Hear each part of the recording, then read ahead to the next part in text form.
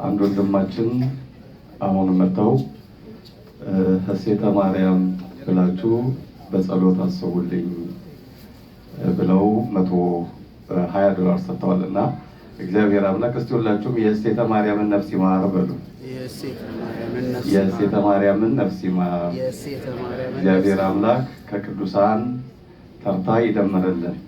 ለቤተሰቡም ፍጹም መጽናናትን ጌታ መንፈስ ቅዱስ ያድልልን። እንግዲህ እግዚአብሔር ወዶ በዚህ ሰዓት በቤቱ ካገናኘን እንደው ለበረከት እንዲሆን ከቃሉ የተወሰነ እንማማርና የቃል ኪዳኑ ታቦት ይወጣል። ለተወሰነች ደቂቃ ግን ዛሬ ለምን ተሰበሰብን? ለምንድን ነው የምናከብረው? በዓሉን ታሪኩን ብቻ መተረክ ሳይሆን ለህይወታችን ምንድን ነው የምንማረው በዛሬው በዓል የሚለውን ጠቅላላ አድርገን በጥቂት ደቂቃዎች እናያለን። ጌታ መንፈስ ቅዱስ ለሁላችንም የቃሉን ደጃፎች ይክፈትልን።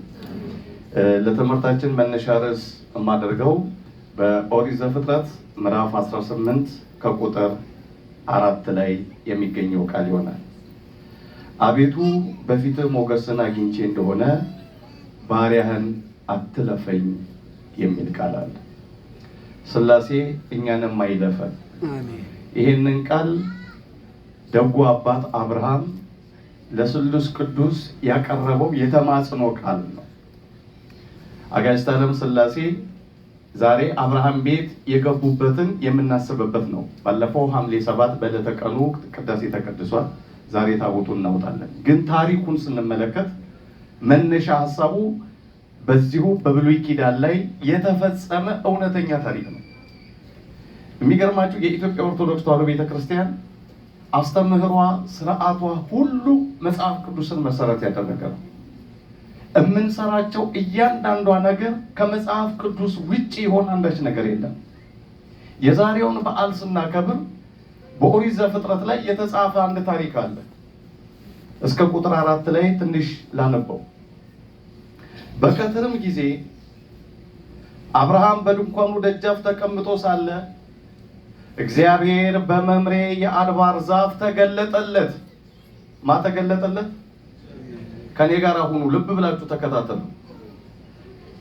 በቀትርም ጊዜ ከሰዓት በኋላ ጭው ባለ ደረቅ ፀሐይ በወጣበት ሰዓት ላይ በዚህ ሰዓት ነው ሥላሴ ለአብርሃም የተገለጠው። እቺን ሰዓት ከሳምራዊቷ ሴት ጋራ ጌታ በዚህ ሰዓት እንዴት እንዳገኛት ሁለቱንም አገናኟቸው ሰዓቶቹ። ለምንድን ነው ጌታ በዚህ ሰዓት ለወዳጆቹ ድንቅ ማድረግን የሚመርጥበት ምክንያት ታስታውሳላችሁ? ያቺ ሳምራዊቷ ሴት ጌታ ውሃ ልትቀዳ ስትሄድ በውሃ ጉድጓድ ሄዶ ያገኛት በቀትር ነበር ይላል። ሰው ፈርታ፣ የሰው አፍ ሸሽታ፣ አንቺ ግፈኛ ባሎችሽን የጠረሽ ገፊ እየተባለች የኖረች ምስኪን ሴት ነች። 5 ባሎች አግብታ 5ቱም ሞተውባታል። አብሯት ያለውም እንደሚዘልቅ እርግጠኛ አይደለችም። ጣታቸውን ይቀስሩባት ነበር የመንደር ሴቶች። አንቺ ዘረ ቆርጥም ቢወልዱሽ እንጂ የማትወልጂ መሃን ባሎችሽን የጨረሽ እያሉ በሐሜት በስድብ ያጥረገርጓት ነበር። የሰው ምላስ ፈርታ ደረቷን እየደቃች እንባዋን እየረጨች ዘመኗን ሁሉ በትካዜ የኖረች ሴት ነች። ሰው እንዳያገኛት እንኳን ሰው እንስሳት በማይንቀሳቀሱበት በጠራራ ፀሐይ በቀትር ውሃ ልትቀዳ ስትሄድ የእኛ ጌታ ክርስቶስ አገኛት። ክብር ለስሙ ይሁን። በተጨነቅን ጊዜ የሚደርስ አባት አለን። ሰዎች በገፉን ጊዜ የሚደግፍ አባት አለን። በብቸኝነታችን ወራት የሚያጽናና ወዳጅ አለን። እሱም ክርስቶስ ኢየሱስ።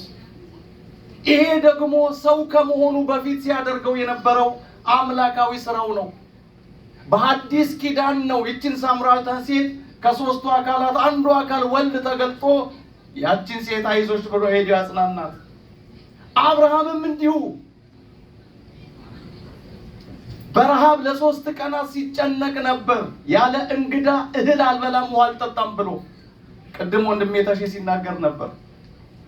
ከቤቱ ደጃፍ ደንኳን ላይ ቁጭ ብሎ እንግዳ ሲጠብቅ ሰይጣን ሰውነቱን ገምሶ ደሙን አፍሶ አብርሃም እኮ እንደ ድሮ ደግሰው እንዳይመስላችሁ እኔ እንግዳ ሆኜ ይቀበለኛል ብዬ ቤቱ ሲሄድ ኤው ልብሴን ቦጫጭቆ ሰውነቴን በደም አጨማልቆ ከቤቱ አባሮኛል እያለ እንግዳ አብርሃም ቤት እንዳይሄድ 3 ቀን ሙሉ መንገድ ላይ ቁጭ ብሎ ከለከለበት።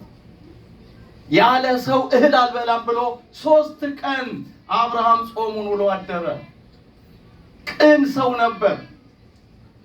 እግዚአብሔር በዚህ በጎነቴ ቤቴን ቢባርከው ብሎ ልጅ ቢሰጠኝ ብሎ ሳራን እግዚአብሔር በፍሬ ቢያበዛት ብሎ በቅንነት ሰዎችን በመቀበል ቤቱ እንዲባረክ ይተጋ ነበር።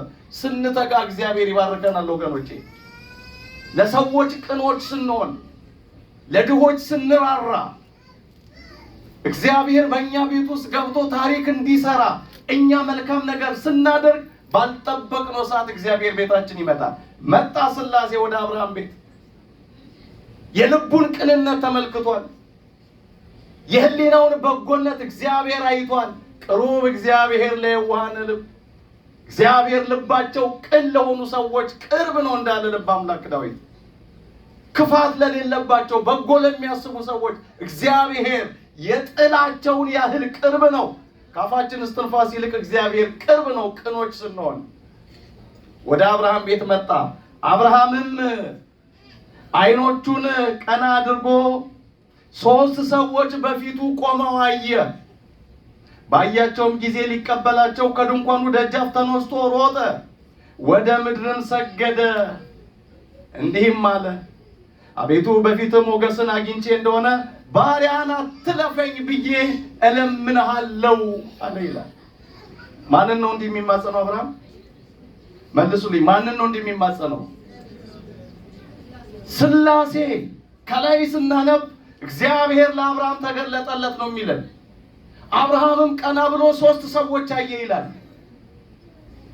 እግዚአብሔር አንድም 3ም ነው። አብ ወልድ መንፈስ ቅዱስ ተብሎ ይጠራል። እግዚአብሔር አብ ወልድ መንፈስ ቅዱስ በስልጣን በአገዛዝ በባህሪ በህልውና አንድ ናቸው። በአካል በስም በግብር 3 ናቸው። አንድ ሲሆኑ 3፣ 3 ሲሆኑ አንድ ናቸው ሥላሴ። ልክኛ ልብ ቃል እስትንፋስ እንዳለን እግዚአብሔር አብ ልብ ነው፣ ወልድ ቃል ነው፣ መንፈስ ቅዱስ እስትንፋስ ነው። ግን አካል ያለው ልብ አብ፣ አካል ያለው ቃል ወልድ፣ አካል ያለው እስትንፋስ መንፈስ ቅዱስ። ምን አይነት አካል? መለኮታዊ አካል። ለአብርሃም እግዚአብሔር እንዲረዳው በሰው አምሳል ተገለጠለት። አብ ወልድ መንፈስ ቅዱስ ለአብርሃም ታዩት። ከዚህ በኋላ ሄዶ ሰገደ፣ እንዲህም አለ፣ አቤቱ በፊትህ ሞገስን አግኝቼ እንደሆነ ባሪያን አትለፈኝ። አሁን ቃሉን ስትመለከቱት አንዴ እንደ አንድ ያወራል፣ ወረድ ስትሉ ደግሞ እንደ 3 ያወራል። አንድም 3ም ስለሆኑ አሁን ወደ ጥልቁ የነገረ መለኮት ትምህርት ወደ ምስጢረ ሥላሴ አልወስዳችሁም። እዚህ ላይ ልናየው የሚገባው ሥላሴ ወደ አብርሃም ቤት የገቡት፣ ወደ አብርሃም ቤት የመጡበት ምክንያት አንደኛ ሳራ ልጅ አታ ስለነበር ያለ ልጅ በሐዘን ተቆራምዳ በትካዜ ትኖር ስለነበር ልጅ ለመስጠት ነው። የአብርሃምን ሐዘኑን ረሃቡንም እግዚአብሔር ሊያጠፋለት ነው። አብሮት በማዕድ ሊቀመጥ ነው። ይሄ እግዚአብሔር ወደ አብርሃም የመጣው ደግሞ ከአብርሃም 3 ነገሮችን ስለወደደለት ነው። ይሄንን ነው ዛሬ ለሕይወታችን የምንማረው። ሥላሴ ወደ አብርሃም ቤት ገብተው ልጅ የሰጡት፣ ረሃቡን ያስታገሱለት፣ ዘመኑ ከእንግዲህ የደስታ እንዲሆን ያደረጉለት 3 ነገር ብቻ በአብርሃም ሕይወት ውስጥ ስላዩ ነው። ይሄንን ካደረግን ወገኖቼ 3ቱን ነገሮች የእኛም ቤት ይባረካል። የትምህርታችን ዓላማ ይሄ ነው ባጭሩ። ምንድናቸው 3 ነገሮች? 3 እሺታዎች ናቸው። አብርሃም ሶስት ጊዜ እግዚአብሔርን እሺ ብሎ አስደስቶታል። እነዚህ ሶስት እሺታዎች እግዚአብሔር በተራው ለአብርሃም እሺ እንዲለው አስገድዶታል። የመጀመሪያው የእግዚአብሔር ወይም የአብርሃም እሺታ ምንድነው? ለእግዚአብሔር ምን አደረገ ብንል ኦሪት ዘፍጥረት ምዕራፍ 12 ከቁጥር 1 ላይ የተጻፈ ታሪክ አለ። ዘፍጥረት 12:1 ላይ እግዚአብሔርም አብርሃምን አለው፣ አብርሃም አብርሃም፣ ከአገርህ ውጣ፣ ከዘመዶች ተለይ፣ ከአባት ቤትም ተለይ፣ እኔ ወደማሳይህ ምድር ሂድ። ዘርህን እንደ ሰማይ ከዋክብት እንደ ምድር አሸዋ አበዛዋለሁ፣ የሚባርኩህን እባርካለሁ፣ የሚረግሙህንም እረግማለሁ አለው። አብርሃምም እሺ ብሎ ወጣ ይላል። ሰምቶት የማያውቀው ድምፅ፣ ከዚህ በፊት ምንም ኤክስፒሪየንስ የለውም። በዚህ ድምፅ ለመጀመሪያ ጊዜ እግዚአብሔር ለአብርሃም አምላክ ልፈልግ ብሎ ሲቃትት፣ አንዴ ፀሐዩን፣ አንዴ ውሃውን፣ አንዴ ተራራውን ላምልክ እያለ ሲዋትት እግዚአብሔር በሰማይ ሆኖ ድምፁን አሰማው። እኔ ነኝ አምላክህ፣ ከአገርህ ውጣ፣ ከዘመዶች ተለይ፣ ከካራን ወደ ከነዓን ሂድ፣ የሚባርኩህን እባርካለሁ፣ የሚረግሙህን እረግማለሁ፣ ዘርህን እንደ ሰማይ ከዋክብት እንደ ምድር አሸዋ አበዛዋለሁ። እሺ አላቅማማ፣ ላስብበት ጊዜ ስጠኝ አላለም። ቤተሰቦቼን ላማክር፣ ልሰናብት፣ ስንቅ ልያዝ አላለም። ማቄን ጨርቄን ሳይል ከካራን ወደ ከነዓን ወጣ። እግዚአብሔር ደስ አለው። እግዚአብሔር የሚደሰትብን ውጡ ሲለን ስንወጣ ነው። ተለዩ ሲለን ስንለይ ነው። እሺ የሚል ልብ ሲኖረን የዛኔ እግዚአብሔር እኛን ሊባርከን እቅድ ይይዛል። ከምን እንለይ? ከካራን ነዋ። ከየት እንውጣ? ከከላውዲዮን ነዋ። ካራን የጣዖት መንደር ነች። ካራን እግዚአብሔር የማይታወቅባት የኃጢአት አረንቋ መንደር ነች። ዘማውያን አሉባት፣ ሰዶማውያን ሰልጥነውባታል። ካራን ደም አፍሳሾች ሞልተውባታል። ሐሜተኞች፣ ነገረኞች፣ ክፉዎች የሞሉባት ከተማ ነች። እዛ ውስጥ እግዚአብሔር አብርሃምን መባረክ አልፈለገም። ዘርህን እንደ ሰማይ ከዋክብት እንዳበሻው ከፈለግ ከዚህ ውስጥ ውጣ። መባረክ የሚፈልግ ማን ነው? እግዚአብሔር ታሪኩን የሚለውጥለት የሚፈልግ ማን ነው? ከኛ ማለት ሁላችን። እኔም እፈልጋለሁ፣ እናንተም ትፈልጋላችሁ። በፍላጎት ብቻ ግን ምኞት አይሳካም። መውጣት ያስፈልጋል፣ መለየት ያስፈልጋል። ከክፉ የኃጢአት ልምምድ፣ ከክፉ የኃጢአት የሥጋ ምኞት፣ ከደም አፍሳሾች፣ ከዘረኞች፣ ከተንኮለኞች ጋር አለመተባበር፣ ኃጢአትን እምቢ ማለት። እንዴ መንደራችን በብዙ ነገር የተሞላች ነች። በክርስቶስ ፍቅር እምቢ ብለን መተው። አሁን የብዙ ሰዎች ችግር ይሄ ነው ወገኖች፣ መለየት ያቅታቸው። ለዚህ ነው እኮ ቆራቢ ያነሰው። ለዚህ ነው እኮ የነፍስ አባት ያልያዝነው ብዙዎች ነን። መለየት አልቻልንም ከዓለም። እንደ አብርሃም መውጣት አልቻልንም። መጽሐፍ ቅዱስ ግን እንዲህ ይለናል ወገኖቼ፣ ከአሕዛብ መካከል ከዓለም ውጡ፣ የተለያችሁ ሁኑ፣ እርኩሱንም ነገር አትንኩ ይላል የሰራዊት ጌታ እግዚአብሔር። ሁለተኛ ቆሮንቶስ 6:17 ላይ ውጡ። የእናንተ አይደለችም ዓለም። ክፋት፣ ተንኮል፣ አድማ፣ ስስት፣ ዘረኝነት፣ ይሄ ለክርስትና አይስማማም። ተለዩ። ከዚህ በኋላ እግዚአብሔር ይባርካል። ስንለይ እግዚአብሔር መለየቱን ለሁላችን ይስጠን። በቃ አብርሃም ተለይ ተባለ፣ ተለይ።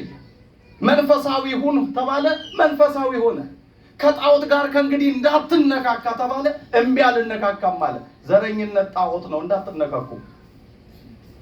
ዛሬ ሰው ከሰው ጋር የሚባለው የሚናከሰው የነገር ድንጋይ ፌስቡክ ላይ ሲጠርብ የሚውለው ዘረኝነት ጣዖት ሆነበት ነው አንዳንዱ። ከዚህ ውጡ ከተባለ መውጣት ህሊናችን ይነግረናል ወገኖቼ። መለየት ከምንድን ነው የሚለውን ብዙ ጥቅስ ማብዛት አያስፈልግም። እግዚአብሔር በህሊናችሁ የሚያቃጭለው ነገር አለ። ይሄን አትንካ፣ ይሄን አትሂጂ፣ ወደዛ አትቀላቀል ሲልህ ያ የመንፈስ ቅዱስ ድምፅ ነው። አድምጠው። አብርሃም እንዳደመጠ እግዚአብሔርን አድምጠን እሺ ብለን እንለይ። የዛን እግዚአብሔር ለበረከት ያጨናል። ሁለተኛው አብርሃም እግዚአብሔርን ያስደሰተበት እሺታ ተገረዝ ሲለው ደግሞ እሺ ብሎ ተገረዘ ይላል። ሁለተኛው እሺታ ልጅ በ99 ዓመቱ አብርሃም ተገረዘ ይላል። ዘፍጥረት 17 ቁጥር 10 ላይ እግዚአብሔር እንዲህ አለ፣ በእኔና በአንተ መካከል ከአንተም በኋላ በዘርህ መካከል የምትጠብቁት ቃል ኪዳን ይህ ነው፣ ከአንተ ወንድ ሁሉ ይገረዝ አለው ይላል። ሳሚ በእኔና በአንተ መካከል በዘርህና በትውልድህ መካከል የማደርገው ቃል ኪዳን ይህ ነው፣ ወንድ ሁሉ ይገረዝ አለው። የቃል ኪዳን ምልክት አሕዛብ ያልተገረዙ ናቸው። የእግዚአብሔር የሆኑት ደግሞ መለያ ምልክት እንዲሆን ተገረዙ አለ። አብርሃም አርጅቻለሁ፣ በዚህ ዕድሜ እንዴት እገረዛለሁ አላለም። እንዲህ ብታመምስ ብቆስልስ አላለም። እግዚአብሔር ተገረዝ ሲለው እሺ ብሎ በ99 ዓመቱ ተገረዘ። በቤቱ ያለ ወንድ ሁሉ ከ8 ቀን ጀምሮ ተገረዘ። ይሄም ስርዓት ሆኖ ቀጠለ ይላል። ዘፍጥረት 17 አነቡት። እግዚአብሔር በዚህ ተደሰተ። አሁን እግዚአብሔር ይሄ የሸለፈት መወገድና አለመወገድ ጉዳይ አይደለም። መመሪያውን እሺ ብሎ መቀበሉ እግዚአብሔርን አስደሰተው። አዳም ስላሴን ያሳዘነው በምን እንደሆነ ታውቃላችሁ? አዳም ከእግዚአብሔር ጋር የተጣለው በምን ምክንያት እንደሆነ ታውቃላችሁ አይደል? አትንካ ነው እኮ እግዚአብሔር ያለው እቺን ዕፀ በለስ። እሱ ግን ቆርጦ በላ። እግዚአብሔር ንፉግ ሆኖ አይደለም፣ ለአንዲት ፍሬ መከባበር እንዲኖር ነው። አብርሃም ግን እንደ አዳም አይደለም፣ እሺ አለ፣ ተገረዘ ይላል። ወገኖቼ ዛሬ እግዚአብሔር ተገረዙ ይላል መጽሐፍ ቅዱስ ላይ። ይገርማቸዋል። ኤርምያስ 4:4 ላይ ሁላችሁ ለእግዚአብሔር ተገረዙ ካለ በኋላ የልባችሁንም ሸለፈት አስወግዱ። አሁን ግዝረት በአዲስ ኪዳን ትርጉም የለውም። አንድ ሰው ተገረዘ አልተገረዘ በዚህ በአዲስ ኪዳን ምንም ትርጉም የለውም። በጥምቀት ስለተተካ በእኛና በእግዚአብሔር መካከል ላለው ቃል ኪዳን መለያ ምልክታችን ዛሬ ጥምቀት ነው፣ ማህተብ ነው፣ ክርስትናችን። የእግዚአብሔር የሆነ ሰዎች መለያችን ዛሬ መገረዝ አለመገረዝ አይደለም፣ መጠመቅ ነው። ያ የኦሪቱ ስርዓት ነው። ግን ዛሬ እግዚአብሔር የሚፈልገው የልብ ግዝረት አለ። የልባችሁን ሸለፈት አስወግዱ። ምንድን ነው የልብ ሸለፈት? እሱን እንድናስወግድ እግዚአብሔር ዛሬ ያዘናል። ቤታችን እንዲገባ ስላሴ ከፈለግን፣ እንደ አብርሃም እንደ ሳራ ታሪካችን እንዲለወጥ ከፈለግን ወገኖቼ የልብ ሸለፈት ካለ እሱ ይወገድ። የተኳረፋችሁ ሰዎች አላችሁ፣ መቃብሬ ላይ እንዳትቆም የተባባላችሁ፣ አስከሬ ላይ መጥተህ እንዳታለቅስ የተባባላችሁ ሰዎች እሱ ሸለፈት ነው፣ አስወግዱት። ከክርስቶስ በላይ የተወጋ የለም፣ የደማ የለም፣ መራራ ሐሞት የጠጣ የለም። ከክርስቶስ በላይ የተሰቀለ የታመመ የለም። እሱ እንኳን አባቶ የሚያደርጉትን ያቆም ነው ይቅር በላቸው ብሏል። ክርስቲያኖች ከሆን የይቅርታ ልብ ሊኖረን ይገባል። የምህረት ልብ ሊኖረን ይገባል። መጽሐፍ ቅዱስ እንዲህ ይላል፣ ልቡን እያሳተ እግዚአብሔርን የሚያመልክ የሚመስለው ማንም የእሱ አምልኮ ከንቱ ነው ይላል። ያዕቆብ 1:26 ላይ እስቲ እቺን ቀስቅቱ ናችሁ ደግማችሁ በሏት እናንተ። ልቡን እያሳተ በሉ፣ አንደበቱን ሳይገታ እግዚአብሔርን አመልካለሁ የሚል የእሱ አምልኮ ከንቱ ነው። እግዚአብሔር አምልኳችን ከንቱ አያስቀርብን። አንደበቱን ሳይገታ ልቡን እያሳተ በክፋት በተንኮል በቂም በቀል እግዚአብሔርን አመልካለሁ የሚል ቢቀድስ ቢያስቀድስ ቢቆርብ ቢያስቆርብ ቢሰብክ ቢሰበክ ቢዘምር ቢያዘምር እልል ብንል አምልኮ ከንቱ ነው ይላል። ለካ አምልኮም አንዳንዴ ከንቱ ይቀራል። ይሄ እንዳይሆን ነው መጽሐፍ ቅዱስ የተጻፈልን እንድንማርበት። ስለዚህ አብርሃም ሸለፈት አስወግድ ተብሏል። ዛሬ እግዚአብሔር የሥጋ ሸለፈት አይደለም የልብ ሸለፈት አስወግዱ ነው። ሶስተኛውና የመጨረሻው አብርሃም እግዚአብሔርን ደስ ያሰኘበት እሺታ አንድ ልጅህን ሰዋልኝ ሲለው እሺ አለ ይላል። አይከብድም? ሶስቱም ጥያቄዎች ከባዶች ናቸው። ከሀገር ከዘመዶች ከቤተሰቦች ተላይ የሚጨንቅ ነገር ነው እኮ ግን አደረገው አብርሃም ሸለፈትን አስወግድ ያማል ያሰቃያል ግን ስለ እግዚአብሔር ሲል አደረገው አሁን ደግሞ የመጨረሻ አንድ ልጅ አለ ይስሐቅ የሚባል እሱን ሰዋልኝ ብሎታል እግዚአብሔር እሺ አለ እነዚህን ሁሉ እሺታዎች እግዚአብሔር አብርሃምን ከመባረኩ በፊትም ልጅ ከማግኘቱ በፊትም ካገኘም በኋላም ያለውን የእሺታ መንፈስ ልቡን አይቶ ህሊናውን መርምሮ እግዚአብሔር በተራው እሺ አለው ይሄ ዘፍጥረት 22 ላይ ያለው ታሪክ እጅግ ይገርማችኋል እግዚአብሔር አብርሃምን ፈተነው ይላል የበጎ ፈተና ጥሩ አስተማሪ ልጆቹን ይፈትናል ያስተማራቸውን ይመዝናል ወደ ቀጣዩ ስቴፕ መሄድ ይችላሉ ወይ አይምሯቸው አቅም አለ ወይ የተሻለውን ትምህርት ለመሸከም እግዚአብሔር አብርሃምን በዚህ መልኩ ነው ቴስት ያደረገው እንዲህም አለው አብርሃም ወይ አለው አብርሃም ምን ነው አለ የምትወደውን አንድ ልጅን ይስሐቅን ይዘህ ወደ ሞሪያም ተራራ ሂድ እኔም በመነግርህ በአንድ ተራራ ላይ በዚያ መስዋዕት አድርገህ ሰዋው አለው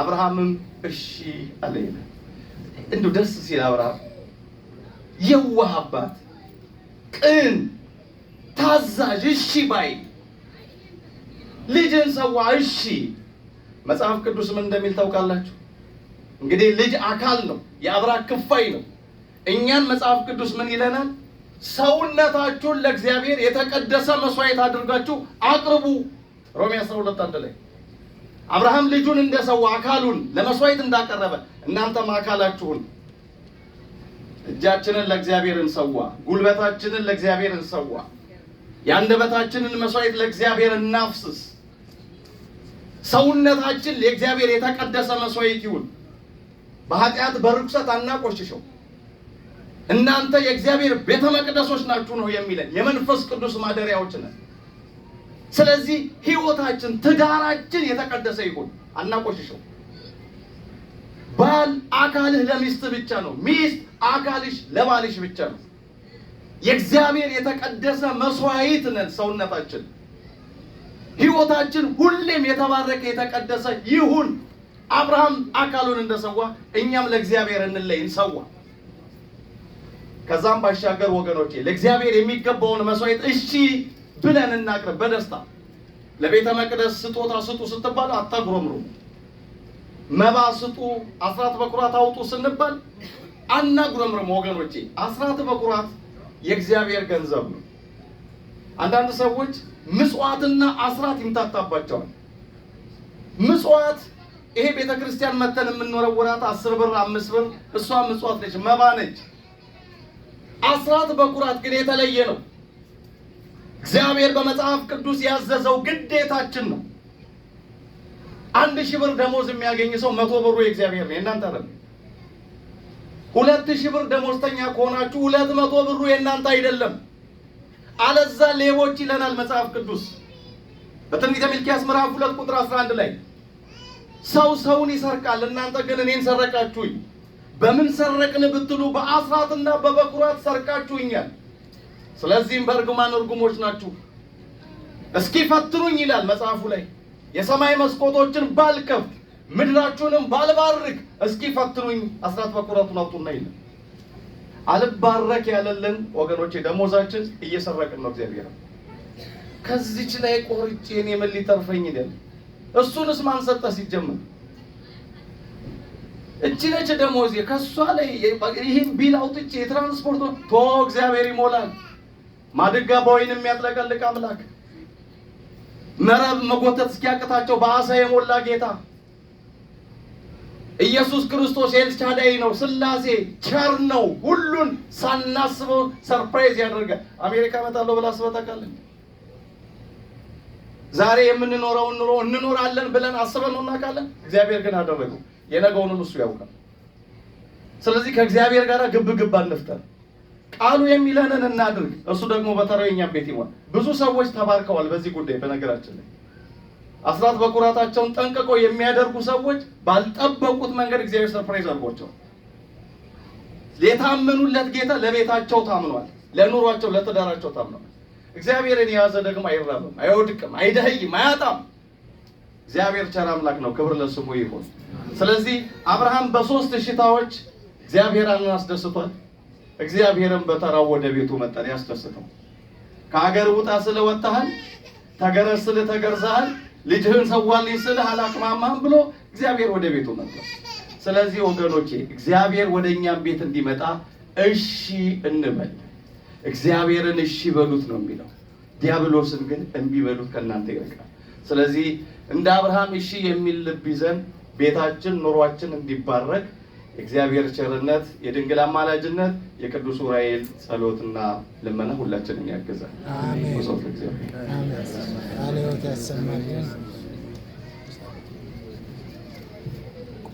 እሺ፣ ከዚህ በመቀጠል የሰንበት ተማሪዎች ወደዚህ መጥተው እየዘመሩ